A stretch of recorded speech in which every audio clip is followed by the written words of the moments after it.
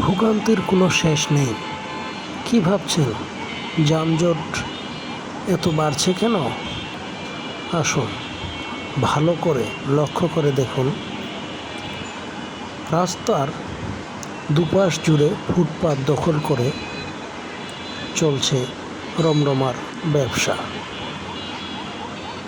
এজন্য এক দোকান বসার প্রতিযোগিতা চলছে মিরপুর ১ নম্বর রাস্তার দুপাশ জুড়ে ফুটপাত দখল করে, এমনকি রাস্তার মাঝপথে এসে রাস্তার অর্ধেকটারও বেশি ৩ ভাগ দখল করে বসিয়েছে দোকানপাট।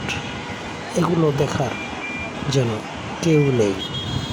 দেখুন, যতদূর চোখের দৃষ্টি যায় তাকিয়ে দেখুন, রাস্তার এ মাথা থেকে ও মাথা পুরোটাই যেন ছাতা দিয়ে বসিয়েছে দোকানপাট। মনে হচ্ছে সারিবদ্ধ এখানে মেলার দোকানের মতো সারিবদ্ধ করে বসিয়েছে রাস্তার উপরে দোকানপাট।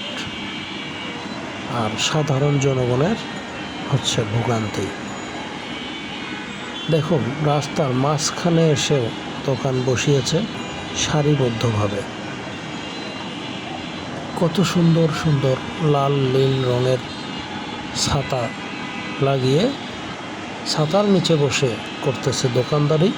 রাস্তার মাঝখানে এসে বসিয়েছে দোকান।